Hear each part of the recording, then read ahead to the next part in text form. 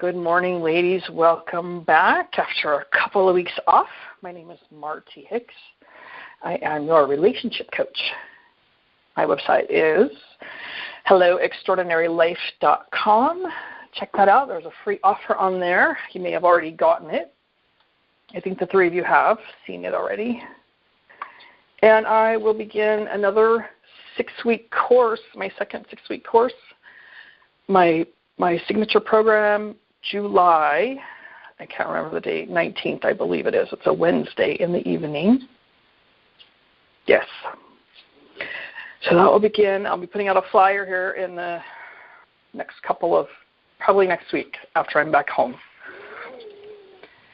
Today, I wanted to talk about, I just ponder what's going on in my world and what am I present to, and I think about the voices in our head. That's what kept showing up for me. The voices in our head.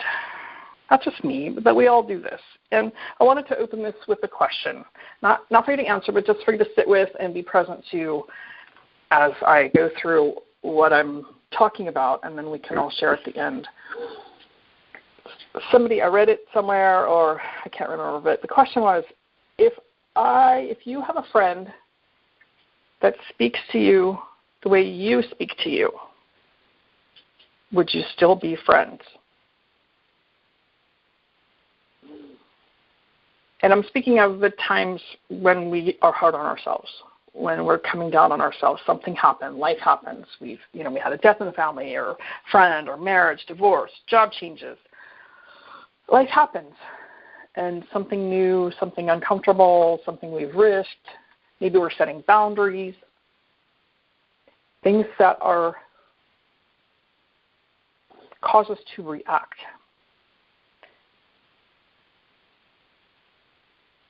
When I have someone who has a bad day, someone who's a coworker, a friend, they're short. I know maybe they've got a death in the family, their own death in the family, and they've got a sick pet. Maybe I don't know what's going on in their world, and they've gotten short with me, or they've gotten snippy, and I just go, I wonder what's happening for them. Or do I take it personal? Most often, I think we give them some compassion and we're considerate because we really don't know what's happening in their world. Sometimes we take it personal.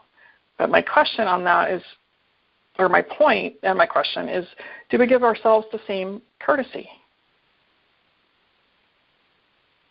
when something happens? Or I've said something out of character, or I've done something, or life happened. Do I give myself the same courtesy I might give my friend?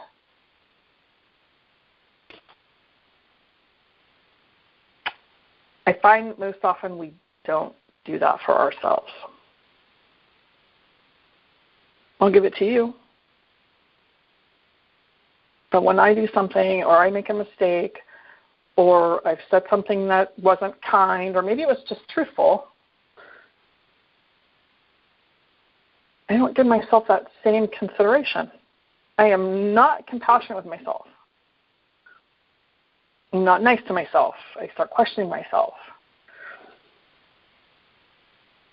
I'm going to start with the subtle things that we do to ourselves. There's obvious things that we do, and we know those quite well because we do them out of habit. But the not so nice, but the subtle things, that's what I mean.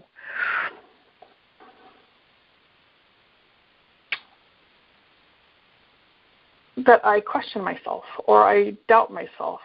I just open the door just a crack. Something happens, and I make some remark, or I've decided, like Lisa decided to go to school, and this was a big risk, to follow her dream that she's had for a long, long time. Zelly, I know that you're doing your life passion now after being medically retired from your job, so to speak. Hold on, someone's calling in. That's not a number I know. And often those things that are huge, and I know Billy just went to school also for doing spinal touch. Those subtle things start showing up. Can I really do this? Is this really the right thing for me? Am I taking the right steps? Those are real subtle. They seem fairly innocent, innocuous, but they can open a door to create more doubt. Oh, yeah. Where sometimes it immobilizes us, and we don't take any action. The goal would be to walk through it anyway, but the point of all that is that they're really subtle, and to learn to pay attention to those things. Now, there's the more obvious things.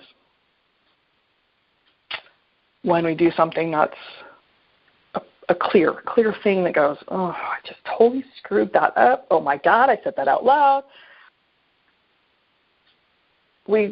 I think we've all done this, start maybe calling myself names.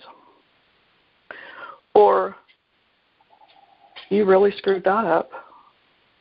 What are you going to do to fix that now? Oh, my God, what are they going to think of me? These things, those are super obvious because they're so blatant. They're so in-your-face blatant. Those are habits.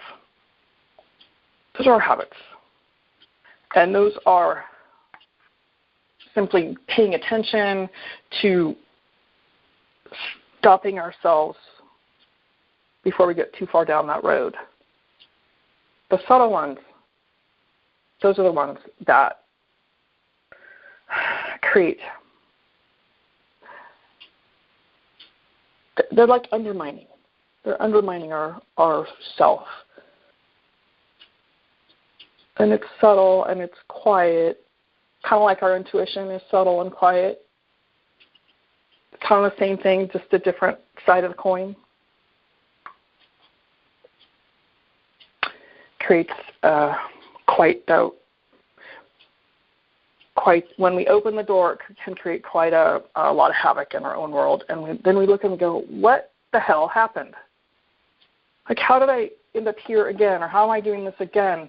Because I wasn't paying attention to those subtle ways that I'm chipping away at my foundation or something that I've been trying to build.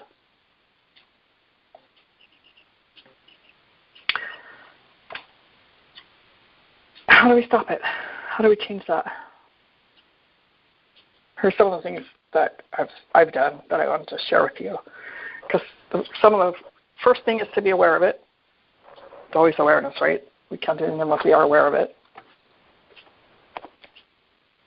I have those red flags that start showing up for me. I think I've talked about this on another call, the red flags of things that start showing up, behaviors, words, things that I go, what is that about? Now I'm listening. I'm listening and I'm watching and I'm observing and I'm paying attention to what am I saying to myself? What's going on in my mind?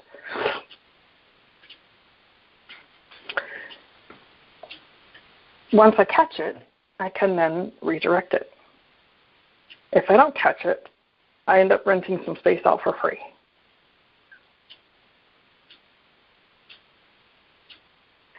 The other thing we can do now we're aware, and I can redirect to something more positive, because all the evidence in my whole entire life shows me that I am successful. I can do whatever I put my mind to. It may not always look the way I want it to,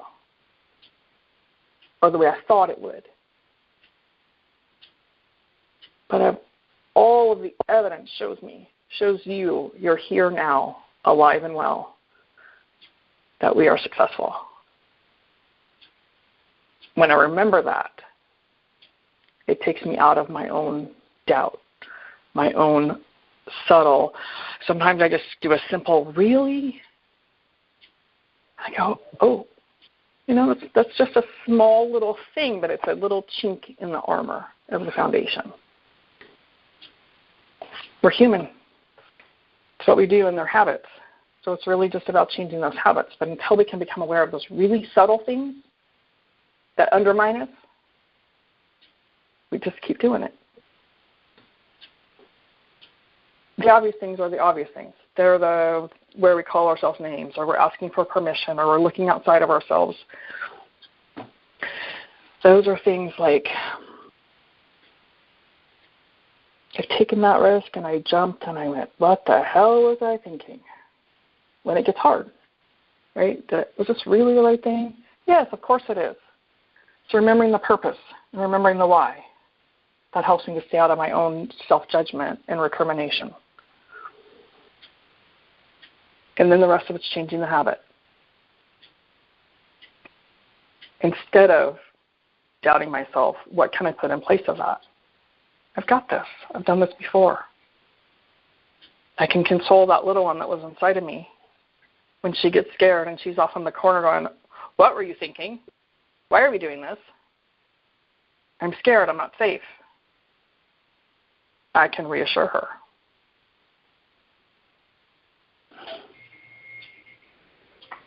I think of those habits. I think of a fork in the road. Standing at the fork in the road, and there's a new path that's all nice and green and unknown, and it's unfamiliar, and I got the old familiar terrain that I've traveled a million times. It's really rutted. It's those wagon wheel ruts that I just keep traveling. And I have a choice, and I'm off and down in that rut before I realize it. And I can hit restart anytime. Once I realize I can hit restart, I can do a physical turnaround, hit restart. I can pretend there's a button, hit restart. It's gaining that awareness. Come back to the fork. Take the new path. Eventually, there's that moment of pause, because you'll catch it before you head down that same rut. And there's that pause. You're like, oh, here's the pause. Oh, new choice.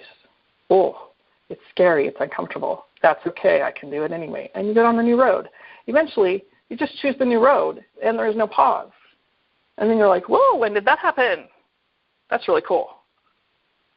Suddenly I'm down the new road, and I'm like, oh, I made the new choice without any thought, because now I have a new habit.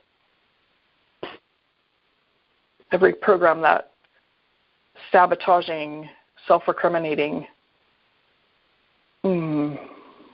bitchy person that can be inside of me. And now I'm down the new road, and I'm discovering new things. And that creates more growth and more expansion.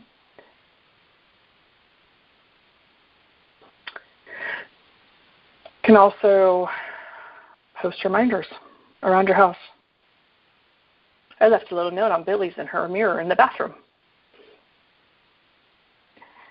She had a little note in the bathroom about her own reminder of where to put her focus and intention. And I added a little I love you with my happy face and my curly hair on it. so we could put those things around our house to remind us, because of our habits.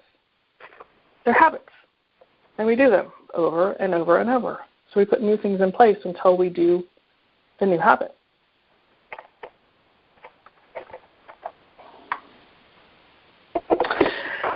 And talking to people who have our best interest at heart and will tell us what we need to hear, not always what we want to hear. I think that can be critical in our growth. And having people help us to see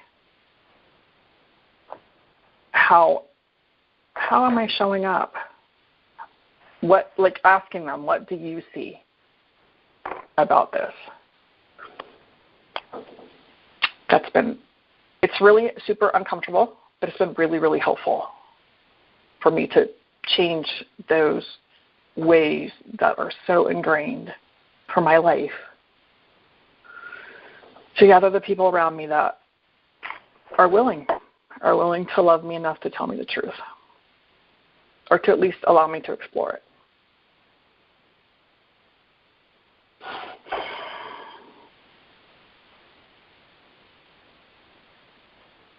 Marty, can I jump in for a minute? Yes, I was just right there. I'm like, well, I think I'm complete right there. Yes, ma'am. No, it just made me think of something that, from my experience, it appears that I do not even need to ask for feedback from others because it is very clear that the state that I have inside is attracting my reality on the outside. So oftentimes, several years ago, I would look around and I would say, oh my goodness, why is this person doing this and why is this person doing that? But now I'm kind of thinking, okay, what's going on inside of me that I'm manifesting this reality?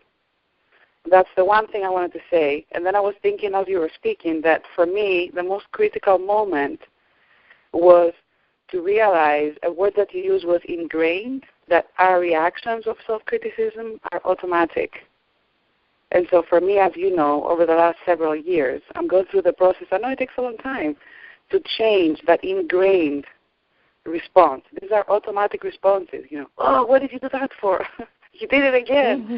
Here we go again. So it's a process. It does not, this ingrained implicit memories and the data that we have stored that yield those responses that don't change overnight. So, it's an adventure.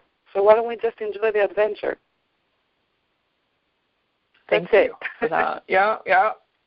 Thank you for adding those little pieces, because I had not thought I know that, but that's why we do this together. That's right.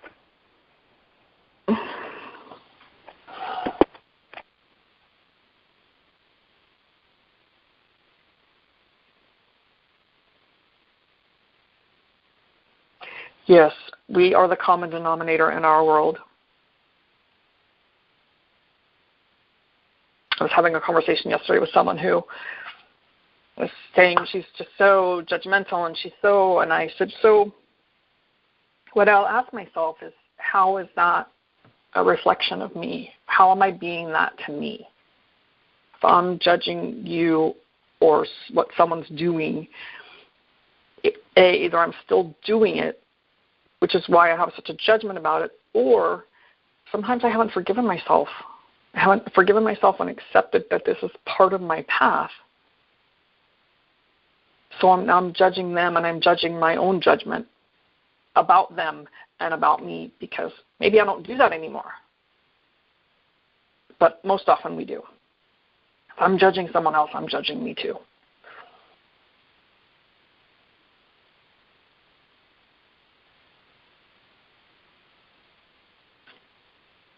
Anybody else have anything you want to share? Add, contribute?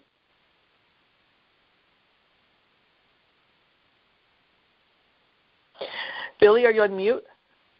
No, I'm not on mute today. Okay. Just checking.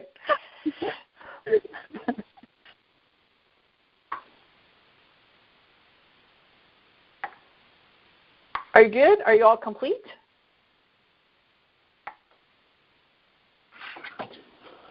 I find it really hard to change those habits.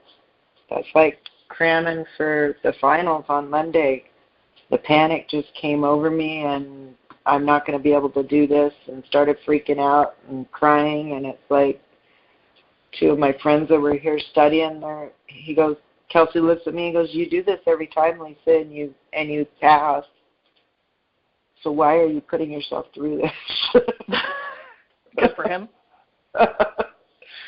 And it is automatic, and I don't know how to stop it.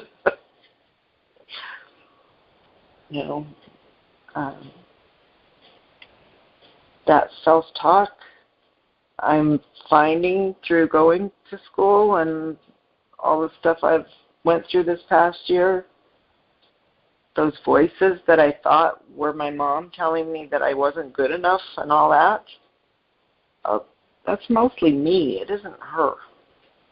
I might have taken that from when I was young, but I'm the one that's kept repeating it all my life. I'm the one who keeps saying it in my head all my life, not her. You've taken ownership of the message and the belief. Yes. Abraham will say a law of attraction. If everybody's familiar with him, Esther channels Abraham, and there was a talk I was listening to, and she kept repeated this several times. A belief is just a thought you keep thinking. A belief is just a thought you keep thinking. What if you change the thought? Can you create a new belief?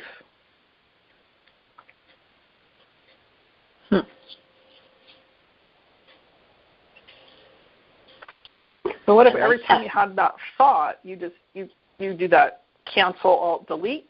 That was one of the things I've heard. Cancel, alt, delete, control, alt, delete, whatever it is. You delete it, cancel it, stop sending it out into the universe, and you tell yourself a new thought. Tell a new story. And keep telling the new story.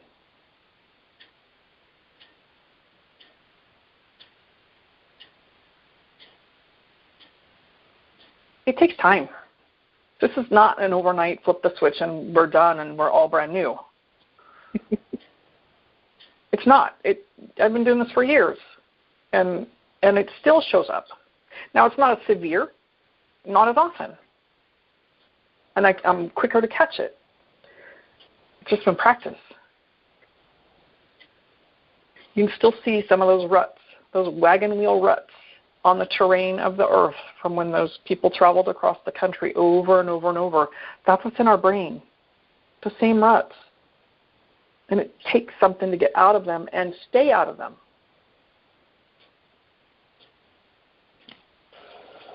And the ruts don't go away. They just become unused.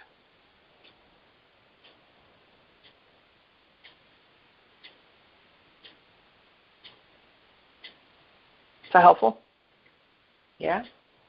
Good. But I want to super fix it and get a paver truck and go pave over them. I understand. When you figure out how to do that, let me know.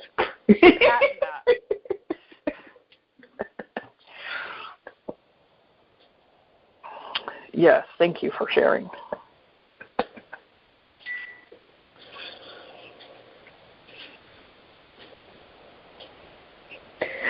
Is everyone complete for today? I think so.